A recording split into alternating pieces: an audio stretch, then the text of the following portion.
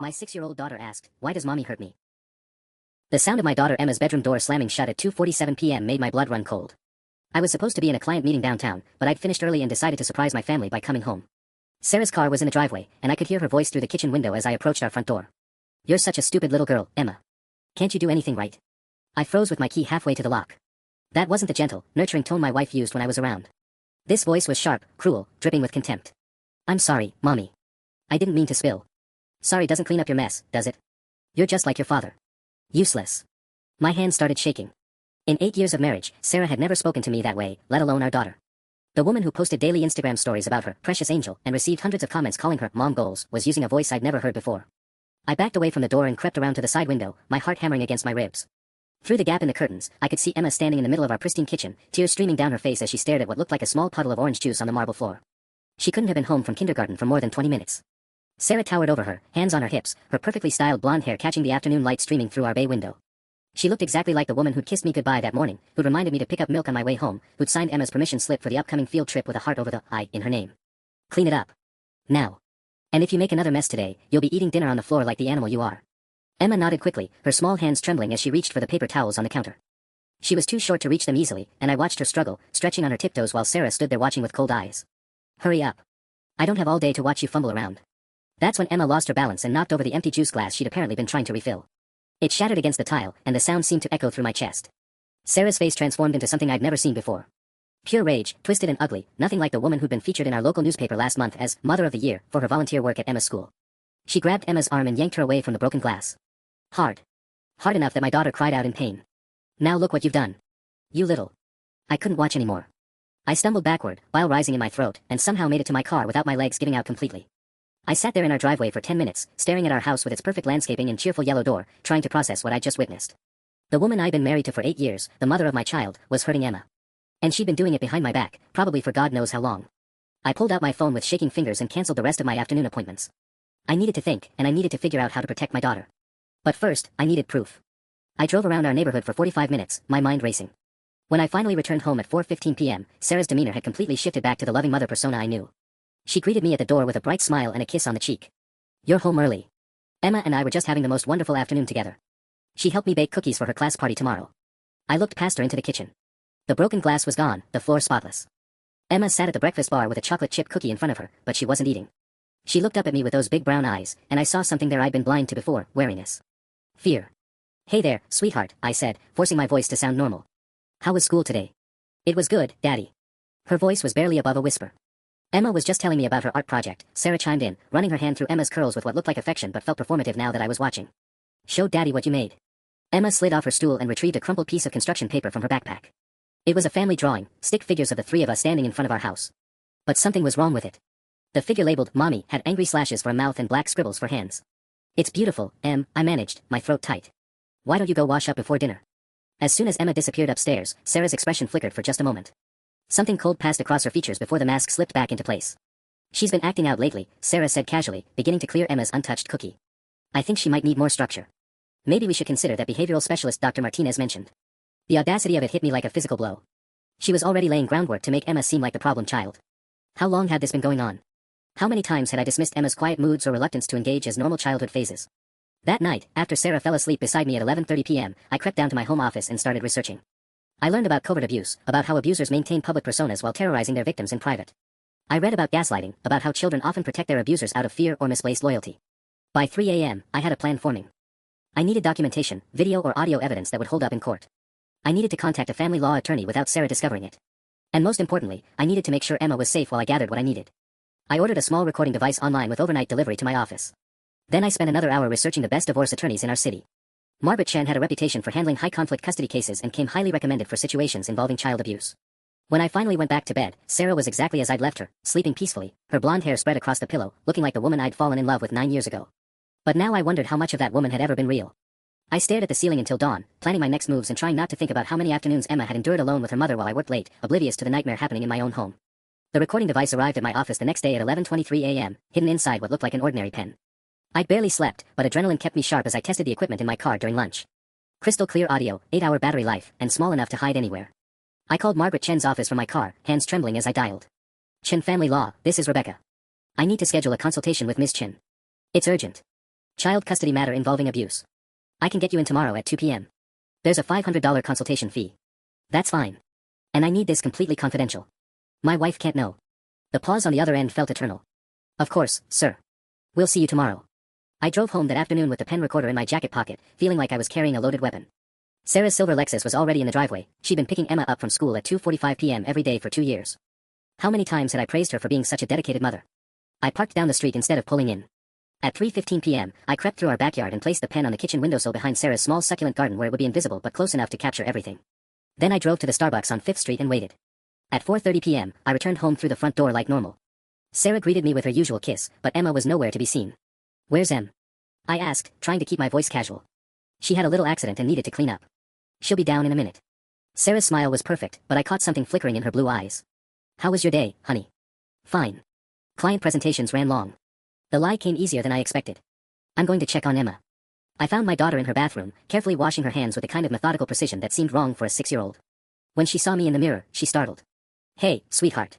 Everything okay? She nodded quickly, but I noticed she was favoring her left arm. When I knelt down to her level, I could see a red mark on her wrist, finger-shaped and angry. Emma, what happened to your arm? Her eyes went wide with what looked like panic. I fell down. At school. On the playground. The words came out too fast, too rehearsed. My chest tightened, but I forced myself to smile. That must have hurt. Did the nurse look at it? She shook her head, still staring at me with those huge brown eyes. Mommy put ice on it. She took good care of me. The way she said it sounded like she was reciting lines from a script. That evening, after Emma went to bed at 8 p.m., I retrieved the recording device while Sarah was in the shower. My hands shook as I transferred the audio file to my laptop with headphones on. What I heard made my stomach drop through the floor. Sarah's voice, cold and vicious. Stop crying or I'll give you something real to cry about. Emma, barely audible, my arm hurts, Mommy. It wouldn't hurt if you weren't so clumsy. Now clean up these crayons before your father gets home, and if you tell him anything about this, I'll make sure he knows what a lying little brat you really are. He won't believe you anyway. I'm his wife. The recording was 18 minutes long. 18 minutes of my wife systematically terrorizing our daughter, threatening her, and coaching her on what to say to me. I sat in my office until 2 a.m., listening to it 5 times, taking notes, and realizing that tomorrow's meeting with Margaret Chin couldn't come fast enough.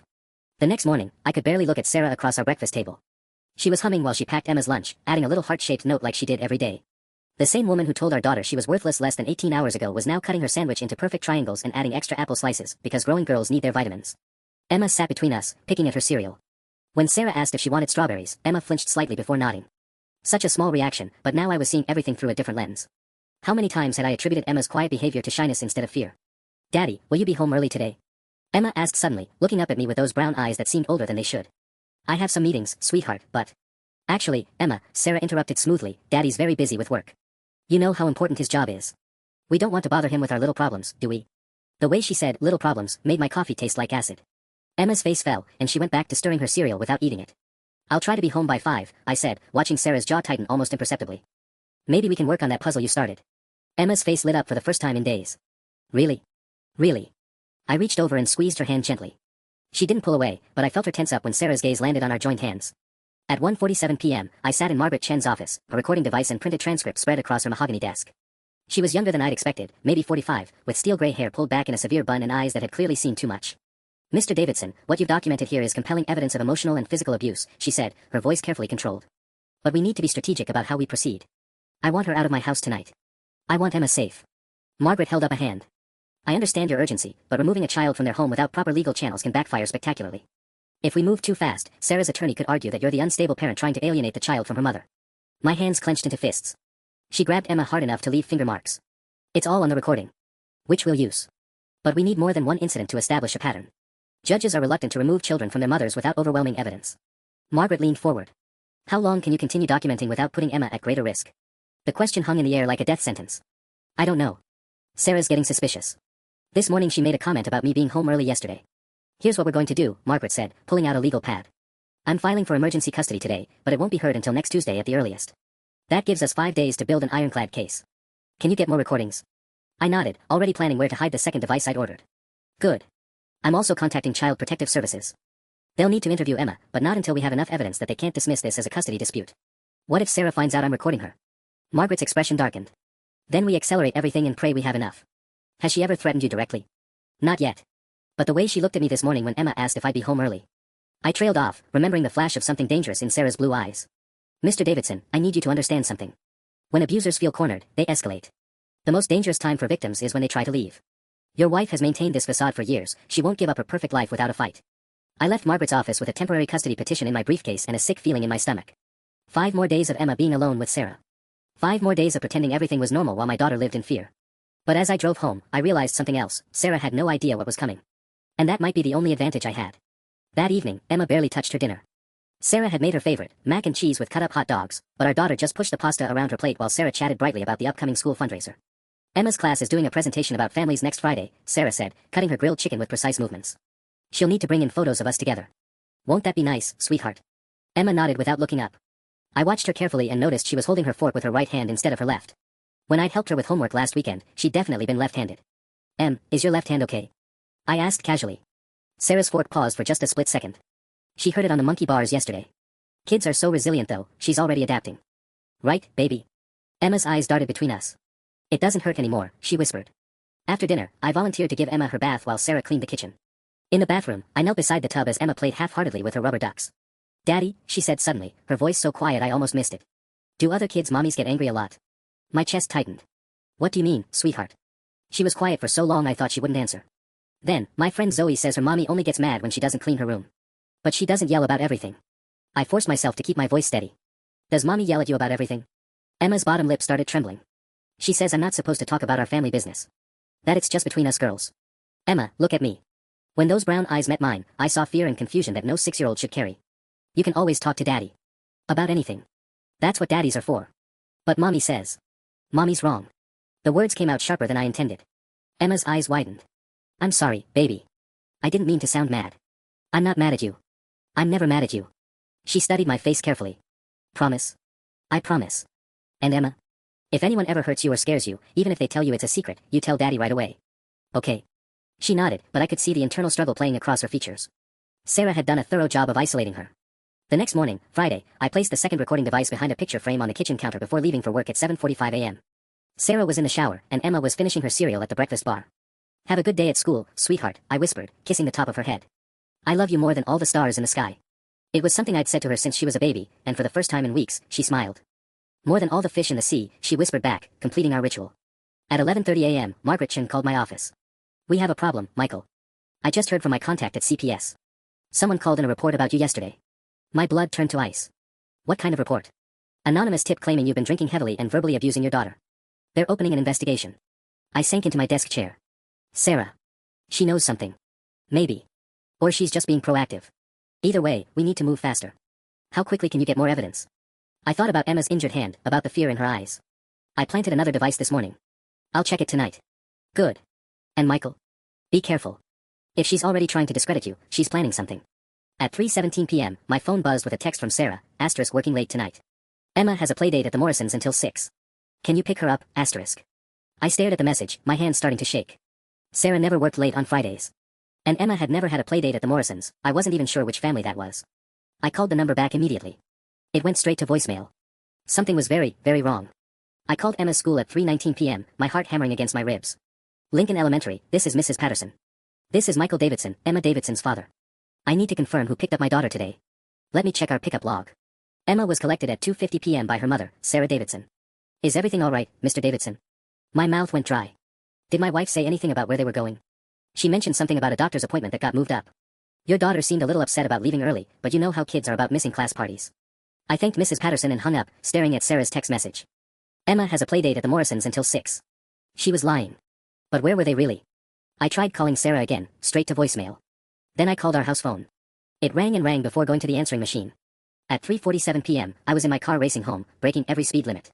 Margaret Chen's words echoed in my head, when abusers feel cornered, they escalate. Our driveway was empty. I burst through the front door calling Emma's name, but the house felt hollow, abandoned. In the kitchen, I grabbed the recording device from behind the picture frame with trembling fingers.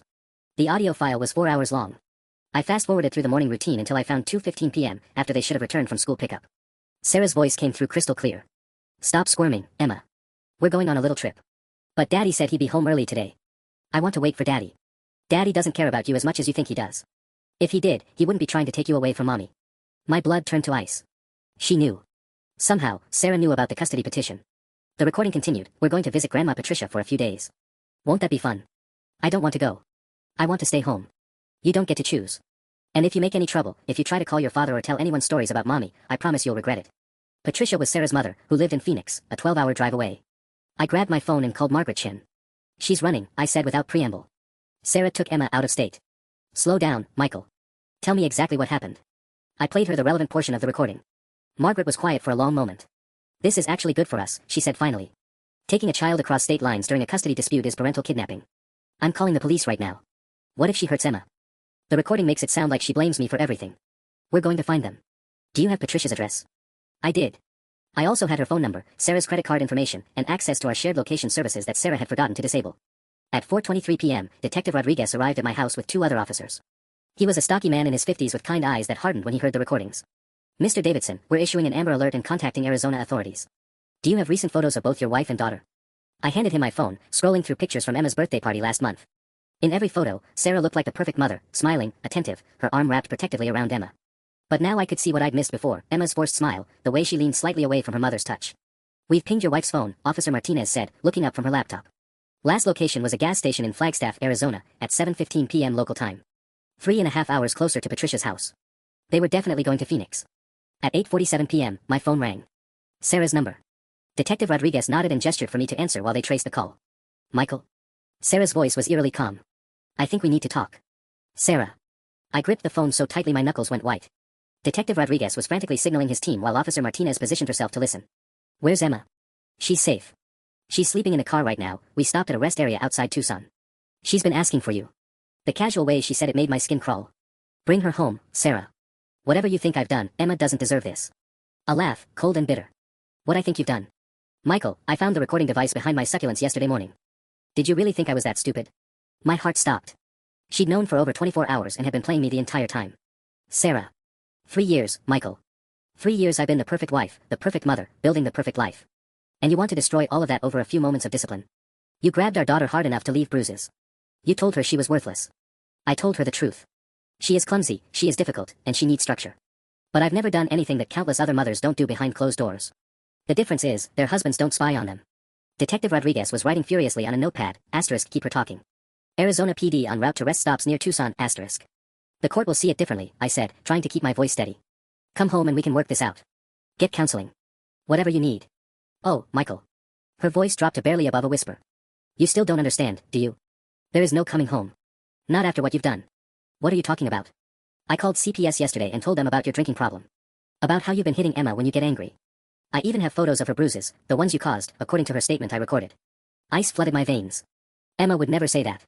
Children are very suggestible, Michael. Especially when they're scared and confused.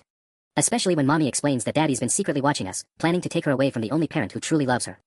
Officer Martinez was on her radio, coordinating with Arizona authorities. I caught fragments, psychological manipulation of a minor. Evidence of coaching. Sarah, please. Don't do this to her. She's 6 years old. She's resilient. And she'll understand someday that mommy did what was necessary to protect her from a father who was recording his own family like criminals. I was protecting her from you. Were you? The smugness in her voice made me want to throw the phone. Because from where I'm sitting, you're the one who's torn apart our family. You're the one who chose to believe the manipulative stories of a troubled child over the word of your wife. Detective Rodriguez slid a note across the table, *, she's creating her narrative for court. Stay calm, *. The recordings prove everything, Sarah. Your own voice threatening her. Recordings can be edited, Michael. Taken out of context. And by the time this reaches trial, if it ever does, Emma will have a very different story to tell. Children's memories are so flexible. The threat was crystal clear. She was going to brainwash Emma, convince her that I was the abuser, that running away had been necessary to escape me. Mommy? I heard Emma's sleepy voice in the background, and my chest nearly collapsed. Is that Daddy? Can I talk to him? Daddy's busy right now, sweetheart. Go back to sleep. I want to go home. My arm still hurts and I don't like this car. We'll be at Grandma's soon. Now close your eyes. Sarah, I said quickly before she could hang up. Patricia doesn't know you're coming, does she? I called her an hour ago.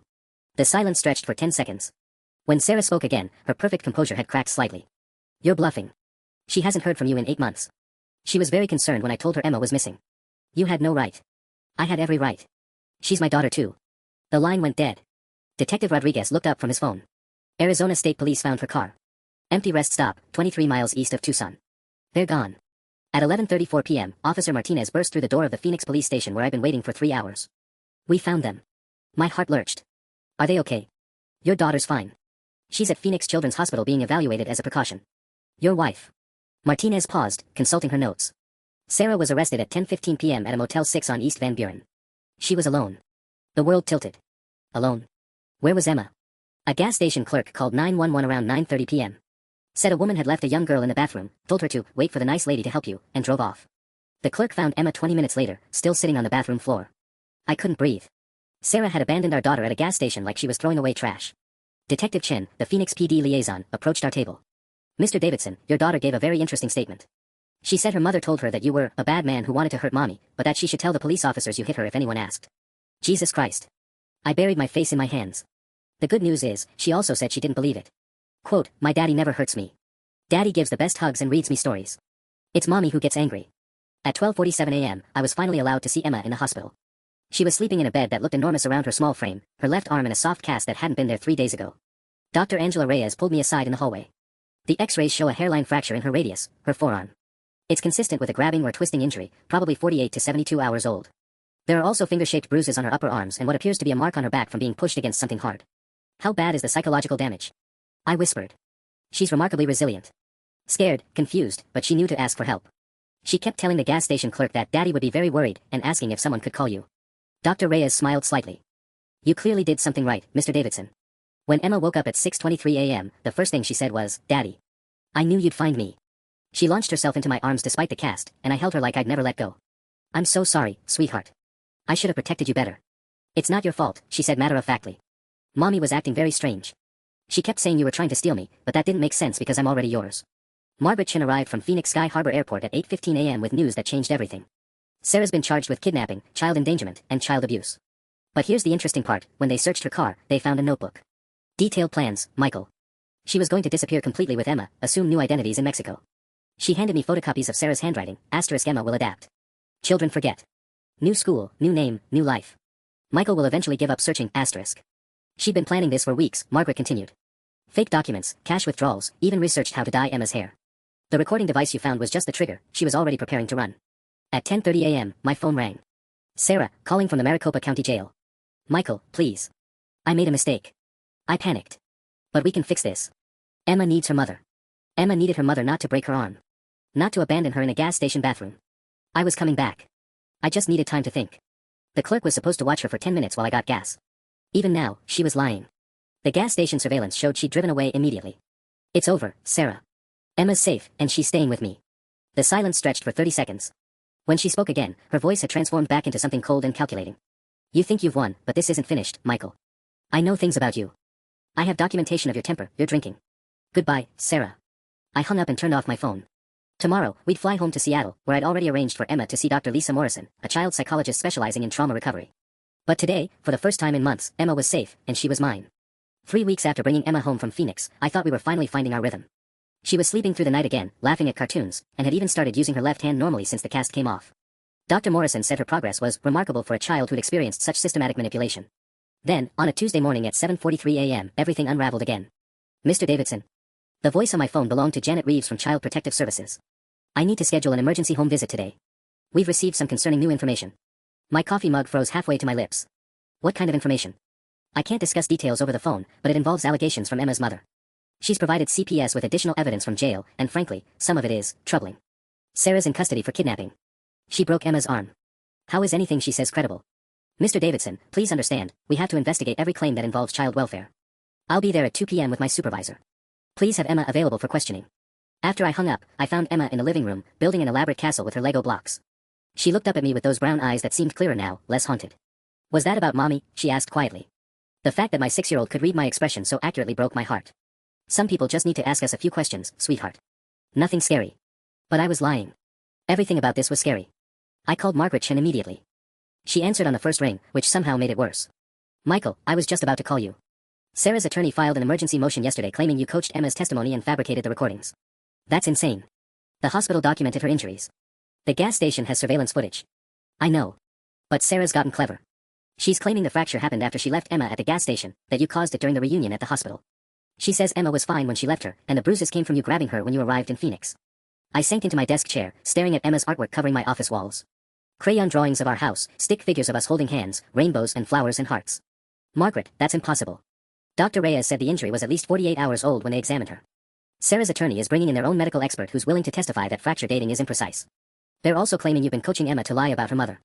Based on what evidence? Margaret's pause lasted too long.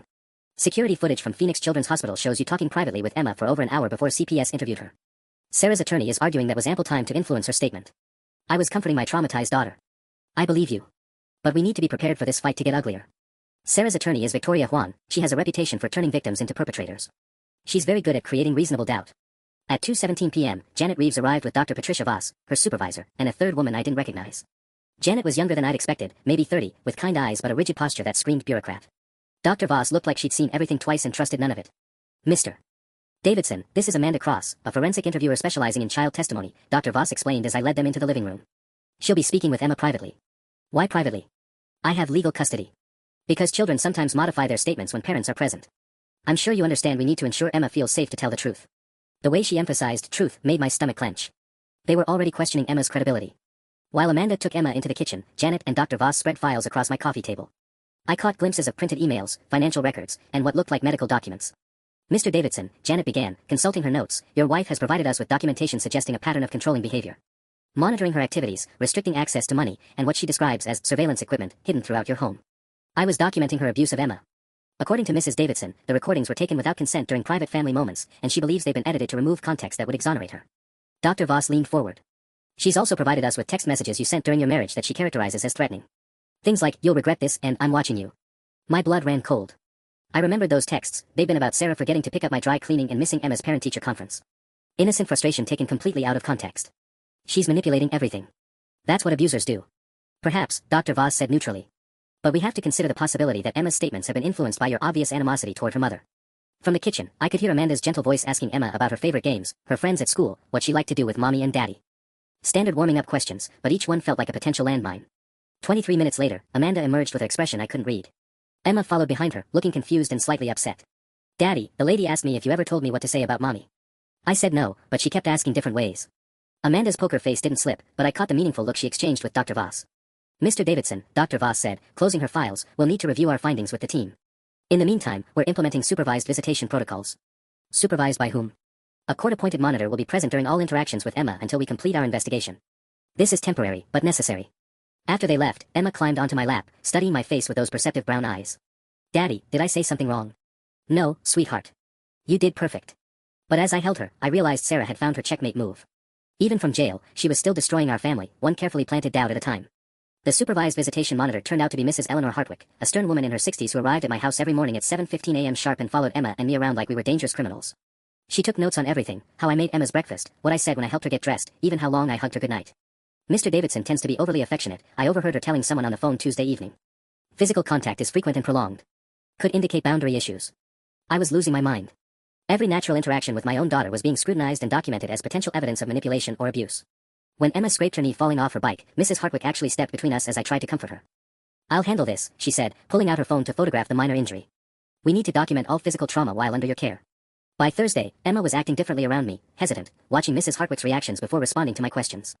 The woman was inadvertently coaching my daughter to see our relationship as suspicious.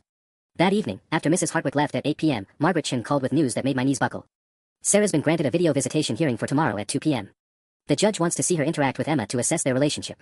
Absolutely not. She kidnapped Emma and broke her arm. Michael, I fought this for 3 hours today. But Sarah's attorney argued that since CPS is now questioning Emma's statements, the court needs to evaluate both parents equally. It's happening whether we like it or not. Emma's finally starting to heal. This will destroy her progress. I know. But we have to trust that Emma's strong enough to handle 15 minutes with her mother under controlled circumstances.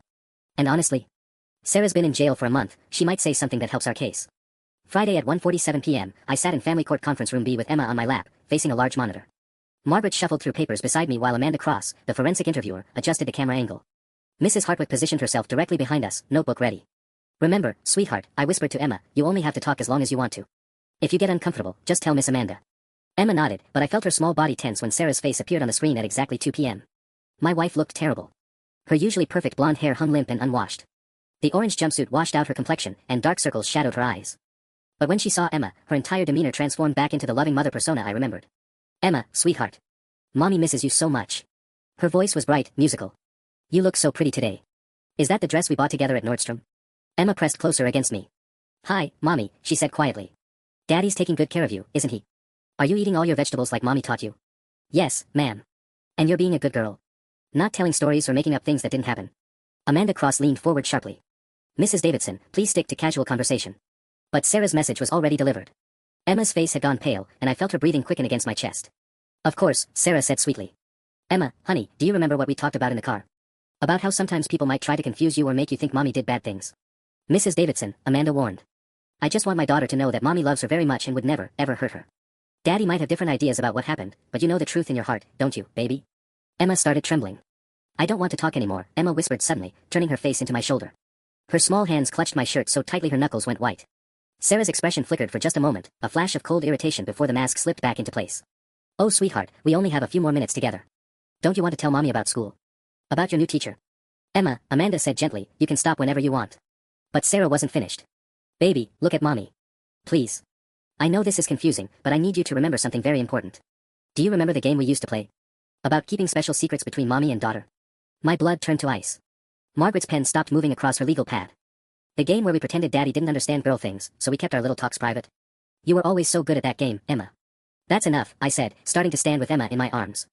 Mr. Davidson, please remain seated, Amanda instructed, but I could see the concern in her eyes. Emma lifted her head and looked directly at the screen. When she spoke, her voice was stronger than I'd heard it in weeks. That wasn't a game, Mommy. Games are supposed to be fun. Sarah's perfect composure cracked slightly. Of course it was fun, sweetheart. We had lots of fun together, didn't we? Remember how we'd laugh and... You hurt my arm, Emma said simply. And you left me at the scary place with the bathroom that smelled bad. Games don't hurt people. The silence in the room was deafening. Sarah's face had gone completely white, her mouth opening and closing soundlessly. Emma, honey, you're confused. Daddy's been telling you stories that aren't true. Mommy would never. I remember, Emma said, her voice growing stronger. You said I was clumsy and stupid. You said Daddy didn't really love me because he was always working. But Daddy came to find me. He brought me home. Sarah's eyes darted frantically between Emma and the camera. You're not remembering correctly. Your father has been coaching you too. Nobody coached me, Emma interrupted, and I felt a surge of pride at her bravery. I remember everything. Even the part where you told me to lie about Daddy hitting me, but I didn't want to because it wasn't true. The explosion came exactly as Margaret had predicted. Sarah's carefully constructed facade shattered completely. You ungrateful little, she caught herself, but not quickly enough. Emma, you don't understand what you're saying. These people are trying to turn you against your mother. Everything I did was to protect you from him. She pointed at me through the screen, her face contorted with genuine hatred. He's been watching us, recording us, trying to steal you away from me since the day you were born. I gave up everything for you, my career, my friends, my life, and this is how you repay me. Amanda was frantically signaling the technical operator to cut the feed, but Sarah kept ranting. You think he's the hero? He left you alone with me every day, Emma. He knew what was happening and he didn't care until it became convenient for his precious custody case. He's using you just like he used me. The screen went black at 2:12 p.m. Emma was sobbing against my chest, but they weren't the broken tears I'd seen before. These felt different, like relief mixed with grief. Is it true, Daddy? She whispered. Did you know Mommy was being mean to me? My heart shattered. I didn't know, sweetheart. I should have seen it sooner, but I didn't know. I'm so sorry. Mrs. Hartwick, who'd been scribbling notes throughout the entire session, looked up with something resembling sympathy for the first time. Mr. Davidson, she said quietly, I think I've seen enough. Margaret was already on her phone with the prosecutor's office. Sarah had just destroyed any chance of ever seeing Emma again. 3 days after Sarah's catastrophic video call, I thought we were finally moving toward closure. Mrs. Hartwick had recommended ending supervised visitation, the prosecutor was adding witness intimidation charges to Sarah's growing list, and Emma was sleeping through the night again. Then Detective Rodriguez showed up at my office at 11:43 a.m. on Monday morning with an expression that made my stomach drop. Michael, we need to talk. Sarah's bail hearing is scheduled for Thursday, and her attorney is claiming she has new evidence that could change everything. I set down my coffee with shaking hands. What kind of evidence? She's been in county lockup for 5 weeks. Apparently, before she took Emma to Arizona, Sarah mailed a package to her sister Jennifer in Portland. Jennifer just delivered it to Victoria Huang's office yesterday morning. Jennifer. Sarah's younger sister who'd never liked me, who'd always whispered poison in Sarah's ear about how I was too controlling and didn't appreciate what Sarah sacrificed for our family. I should have seen this coming. What was in the package? Rodriguez pulled out his phone and showed me a photo. USB drive, printed emails, financial documents, and this. The image on his screen made my blood freeze.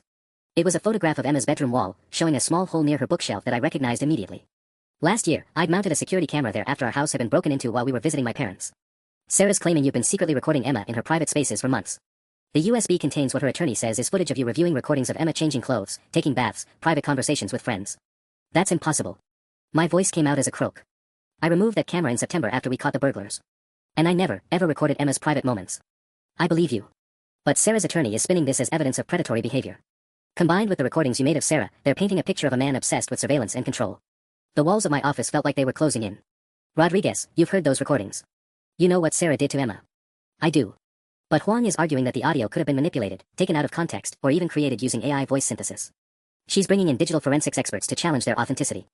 My phone buzzed with a text from Margaret Chen, *emergency meeting. My office, 2 p.m. Victoria Huang filed motion to dismiss all charges against Sarah and reverse custody, asterisk. There's more, Rodriguez continued grimly. Jennifer provided a sworn affidavit claiming you physically threatened Sarah multiple times during your marriage. Says Sarah called her crying after incidents where you allegedly grabbed her wrists, shoved her against walls, screamed at her until she was afraid to leave her bedroom. That never happened. Jennifer hates me because I wouldn't let her move in with us when she got divorced. Sarah also documented what she's calling financial abuse, claims you controlled all the bank accounts, monitored her spending, and threatened to leave her with nothing if she ever tried to leave. I laughed bitterly. I controlled the accounts because Sarah spent $3,000 on designer handbags in 1 month. I was trying to keep us out of bankruptcy, not abuse her. Can you prove that? The question hung in the air like a death sentence. Could I prove my financial decisions were reasonable rather than controlling? Could I prove I'd never laid a hand on Sarah in anger? Could I prove the security camera had been removed months before Sarah's alleged recordings? Rodriguez, Emma told the truth in that video call. You saw Sarah's reaction when her mask slipped. I did. But Huang is claiming Emma's been so thoroughly coached by you that she genuinely believes false memories you've implanted. She's requesting a full psychological evaluation by her own experts. At 2:17 p.m., I sat in Margaret's conference room staring at a stack of legal documents that felt like my death warrant. Victoria Huang had been busy during her weekend. She's good, Margaret admitted grudgingly. Everything Sarah provided creates just enough reasonable doubt to muddy the waters. The judge might decide the safest course is to place Emma in temporary foster care while both parents undergo extensive evaluation. Foster care. The words came out as a whisper. Margaret, Emma just started trusting me again. If they take her away now. I know. But Huang's motion raises serious questions about your credibility. The financial records do show you controlling most family decisions. The emails you sent Sarah, taken out of context, could seem threatening.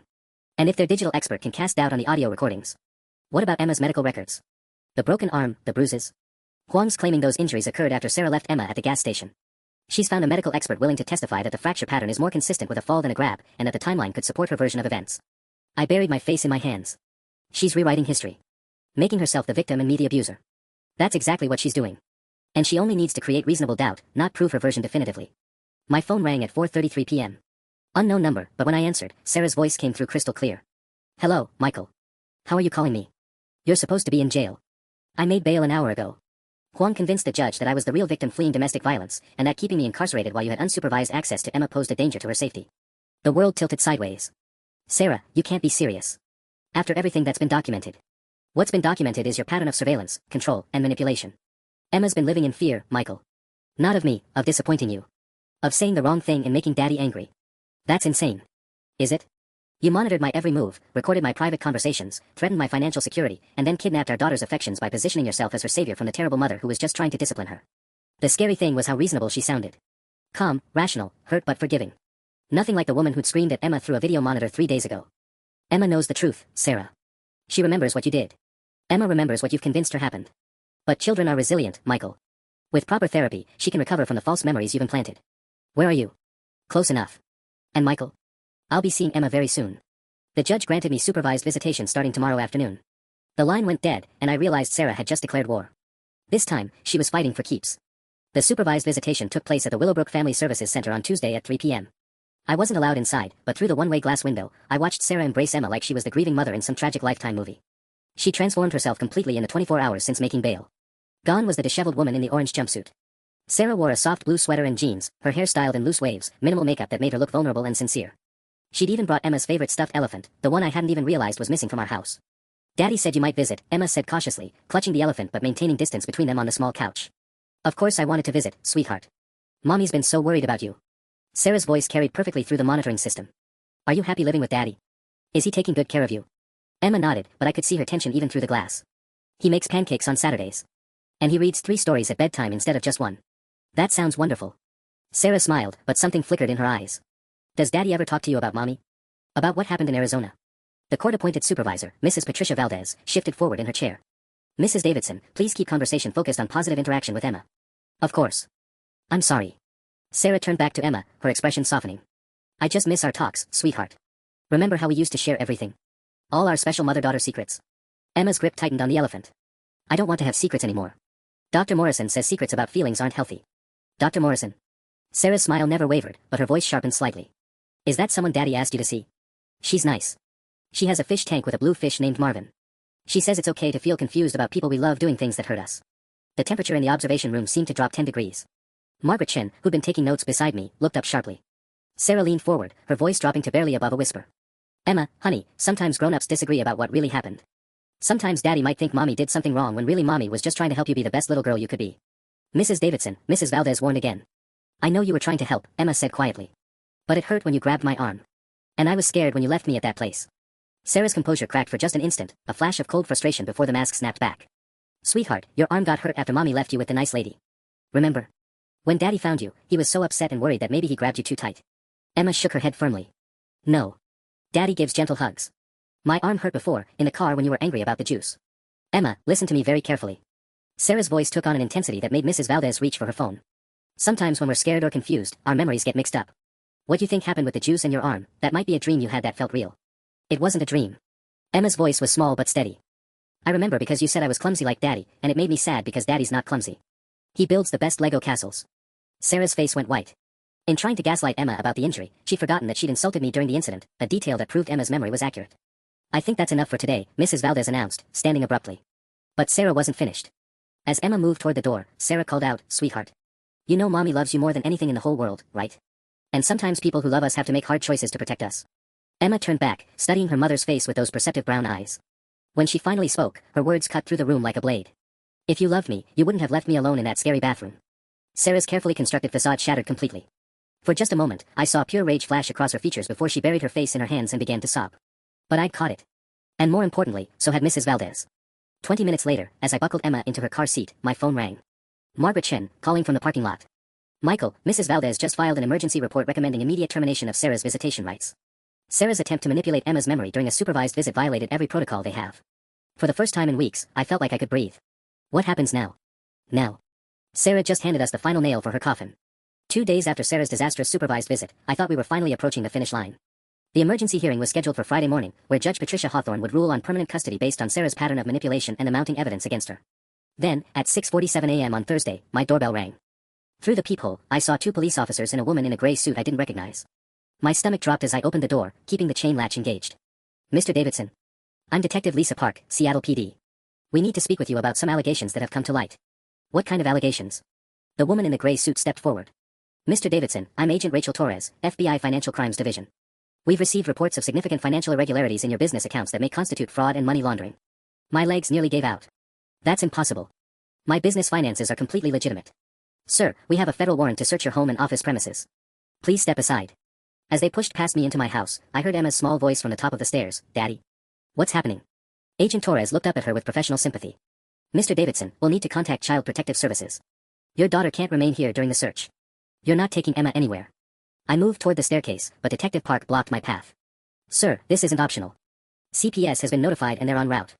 At 7:23 a.m., Margaret Chen burst through my front door, her usually perfect hair disheveled and her briefcase clutched against her chest like armor. Michael, don't say another word without me present. She turned to Agent Torres. I'm his attorney. What exactly are you alleging? Financial records provided by Mrs. Sarah Davidson indicate systematic embezzlement from client accounts, falsified tax documents, and offshore shell companies used to hide assets during divorce proceedings. The words hit me like physical blows. Margaret, I've never embezzled anything. My business books are completely clean. Agent Torres held up a thick folder. Mr. Davidson, we have documentation showing $347,000 in client funds diverted to personal accounts over the past 18 months. We also have evidence of 3 offshore accounts in the Cayman Islands containing approximately $1.2 million. That's completely fabricated. I don't have any offshore accounts. The accounts were opened using your social security number and personal information. Your wife provided us with copies of bank statements, wire transfer receipts, and encrypted emails discussing the movement of client funds. Margaret grabbed my arm, her face pale. Michael, we need to talk privately. Now. In my kitchen, while federal agents photographed my computer and rifled through my filing cabinets, Margaret spoke in urgent whispers. This is Sarah's nuclear option. She's trying to make you look like a criminal who's been stealing money and hiding assets to avoid sharing them in a divorce. But none of it's real. The FBI will figure that out when they examine my actual records. Michael, document forgery has become incredibly sophisticated. If Sarah had access to your personal information, social security number, banking passwords, email accounts, she could have created a paper trail that looks convincing. My phone buzzed with a text from an unknown number, asterisk you should have taken my original offer, Michael. Now Emma will grow up knowing her father is in federal prison. S asterisk. At 8:15 a.m., Mrs. Henderson from Child Protective Services arrived to collect Emma. She was a kind-faced woman in her 50s, but her sympathy couldn't disguise what was happening. Daddy, I don't want to go with the stranger, Emma cried, clinging to my neck as I held her in our living room surrounded by FBI agents boxing up my life. It's just temporary, sweetheart. Just until we get this misunderstanding sorted out. But what if you disappear like Mommy did? What if I never see you again? My heart shattered into 1,000 pieces. Emma, look at me. I will never, ever abandon you. Do you understand? No matter what happens, no matter what anyone says, Daddy will always come back for you. Mrs. Henderson gently pried Emma's arms from around my neck. Mr. Davidson, she'll be placed with a foster family that specializes in temporary custody situations. You'll be able to call her once daily at 6 p.m. As they carried my sobbing daughter out the front door, Sarah's final text message burned in my mind, check and mate. But she'd made one critical mistake. I'd been recording everything. The recording device I'd hidden in my home office 3 weeks earlier, the one I'd placed there after Sarah made bail, knowing she might try something desperate, captured everything I needed. At 11:47 p.m. the night before the FBI raid, the motion sensor had activated, recording Sarah's voice as she used her key to enter our house while I was at Margaret's office preparing for Friday's hearing. Come on, I heard her muttering as she accessed my computer using the password she'd watched me type countless times during our marriage. The audio captured the distinct sounds of my printer running for over 20 minutes, followed by Sarah's voice on what was clearly a phone call. Jennifer, it's done. I've uploaded everything to his email account and created the digital trail. The FBI contact you gave me said they'd need at least 6 months to prove the documents are forgeries, and by then it won't matter. Margaret played the recording for Agent Torres at 2:33 p.m. in the federal building downtown. Torres's expression shifted from professional skepticism to Sarah had made this personal when she traumatized Emma with another separation. I wanted her to face the consequences publicly, completely, and permanently. Agent Torres, I said quietly, Sarah's staying at the Fairmont Olympic Hotel under her maiden name, Patterson. Room 847. She paid cash for a month in advance, money she withdrew from our joint emergency account while I was dealing with the FBI search. How do you know all this? Margaret smiled grimly. Because Sarah's not the only one who can hire a private investigator. We've been tracking her movements since she made bail. At 4:17 p.m., Seattle PD arrested Sarah in the hotel lobby as she returned from what the concierge later told us was a celebration lunch. She was carrying shopping bags from Nordstrom and Tiffany & Company. Apparently, orchestrating my destruction had put her in a spending mood. Detective Rodriguez called me at 6:23 p.m. Michael, she's confessed to everything. The forged documents, the fake offshore accounts, conspiracy with her sister to file false FBI reports. She even admitted to coaching Emma's injuries to look worse than they were. What about Emma? CPS is releasing her to you tonight. Mrs. Henderson said she's been asking for you every 10 minutes since they took her this morning. At 7:45 p.m., I held Emma in our driveway as Margaret read from her phone. The DA is charging Sarah with federal fraud, conspiracy, perjury, child endangerment, kidnapping, and filing false police reports. With Jennifer's cooperation, and she's cooperating to avoid her own federal charges, they're looking at 15 to 25 years. Emma looked up at me with those brown eyes that seemed clearer every day. Daddy, is Mommy going to jail for a really long time? Yes, sweetheart. She did some very serious things that hurt people. Will she try to take me away again? Never. Mommy won't be able to hurt you anymore. 3 months later, Judge Hawthorne awarded me full custody with no visitation rights for Sarah. The local newspaper ran a story, Perfect Mother Facade Hides Years of Abuse and Fraud. Sarah's Instagram account, once filled with photos of her perfect family, was flooded with comments from people who'd suspected something was wrong but never spoke up. Emma started first grade at a new school across town, where nobody knew our story. She made friends easily, laughed often, and only asked about her mother once, to confirm that Sarah couldn't find us at our new address. On a Tuesday evening in November, Emma looked up from her math homework and asked, Daddy, why did Mommy hurt me if she was supposed to love me? I set down my coffee and knelt beside her chair. Sometimes people are very sick inside, sweetheart. And when people are that sick, they hurt others even when they don't mean to. But you're not sick like that. No, baby. And I promise you'll never have to worry about that again. She nodded solemnly, then brightened. Can we make pancakes for breakfast tomorrow? With chocolate chips. We can make pancakes every morning if you want. Just Saturdays is good, she said seriously. Too many chocolate chips might make my teeth fall out. As I tucked her into bed that night, Emma wrapped her arms around my neck with a fierce trust that only children possess. I love you more than all the stars in the sky, Daddy. I love you more than all the fish in the sea, Emma. And for the first time in over a year, that felt like enough.